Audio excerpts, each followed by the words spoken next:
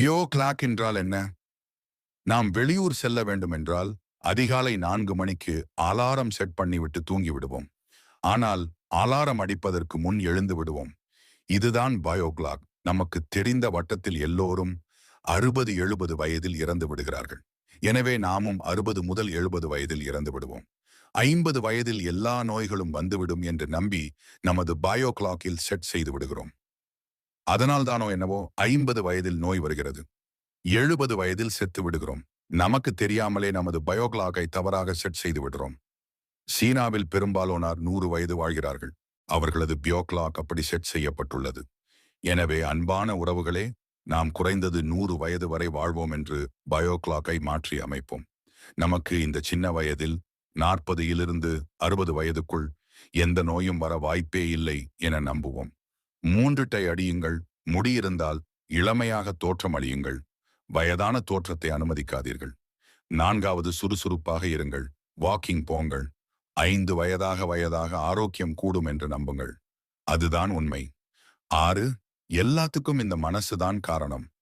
Never ever allow the bio clock set your ending. எண்ணங்களே வாழ்க்கை. முதுமை பாதத்திலிருந்து மேல் நோக்கி தொடங்குகிறது. உங்கள் கால்களை செயல்பாட்டிலும் வலுவாக வைத்திருங்கள். நாம் தொடர்ந்து வயதாகும்போது நம் தலைமுடி நரைத்து அல்லது சருமம் தளர்ந்து அல்லது முகத்தில் சுருக்கங்கள் வருவதற்கு நாம் பயப்படக்கூடாது. நீண்ட ஆயுளின் அறிகுறிகளில் பிரபலமான அமெரிக்க பத்திரிகை வருமுன் தடுப்பு இன் பிரிவென்ஷன் மூலம் ஆரோக்கியமான வாழ்க்கைக்கு வலுவான கால் தசைகள் அனைத்திற்கும் மேலே மிக முக்கியமான மற்றும் இன்றியமையாத ஒன்றாக பட்டியலிடப்பட்டுள்ளன. தயவு செய்து தினமும் நடந்து செல்லுங்கள். உங்கள் கால்களை 2 வாரங்களுக்கு அசைக்கவில்லை என்றால் உங்கள் உண்மையான கால் வலிமை 10 வருடங்கள் குறையும். நடந்து செல்லுங்கள். முதியவர்கள் மற்றும் இளைஞர்கள் 2 வாரங்கள் செயலற்ற நிலையில் இருந்தால் கால் தசை வலிமை 3 1 பங்கு பலவீனம் அடையலாம் என்கிறது. இது 20 முதல் 30 வருடங்கள் முதுமை அடைவதற்கு சமம். எனவே நடந்து செல்லுங்கள். கால் தசைகள் பலவீனம் அடைவதால் நாம் மறுவாழ்வு மற்றும் உடற்பயிற்சிகள் செய்தாலும் மீட்க நீண்ட காலம் பிடிக்கும். நடங்கள். அதனால்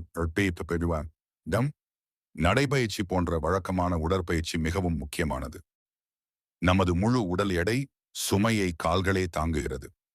கால்கள் ஒரு வகையான தூண்கள். மனித உடலின் முழு எடையையும் தாங்கும்.